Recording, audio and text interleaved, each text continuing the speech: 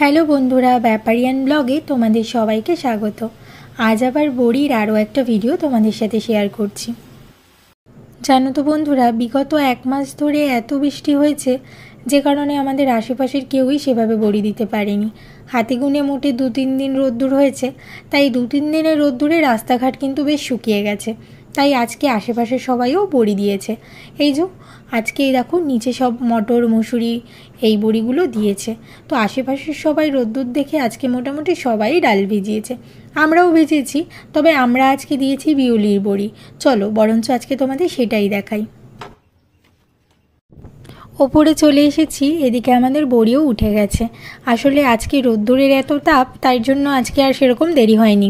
12টা সাড়ে 12টার মধ্যেই মোটামুটি সবারই কাজ গোছানো হয়ে গেছে।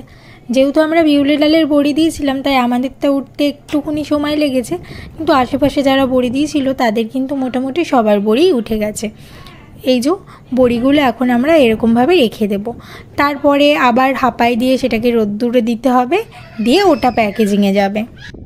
যাক, একদিকে ভালো হয়েছে যে আমাদের বড়ি দেওয়া তাড়াতাড়ি হয়ে গেছে। এখন বড়িটা উঠেও গেছে, কিন্তু এদিকে আবার দেখছি আকাশে আবার মেঘ করেছে।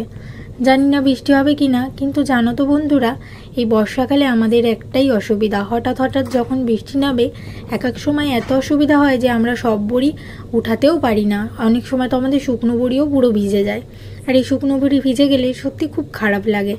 যাক, একদিকে ভালো হয়েছে যে রোদ্দুর থাকতে থাকতে মোটামুটি সবারই কাজ কমপ্লিট হয়ে গেছে।